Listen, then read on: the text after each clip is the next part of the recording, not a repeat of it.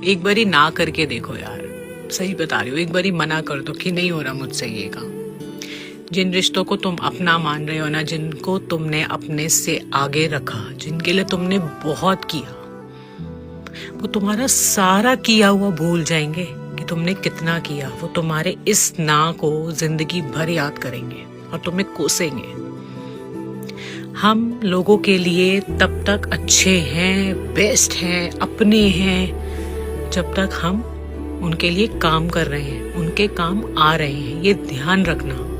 जिस दिन तुमने मना कर दिया, जिस दिन तुम उनके काम नहीं आए, ये वही लोग हैं यार जो तुम्हें अपना बोलते हैं ना, ये तुम्हें छोड़ेंगे भी नहीं और तुम्हारी सारी नेक नामियों को ना उठा के तुम्हारे ही मुंह पे फेंकेंगे।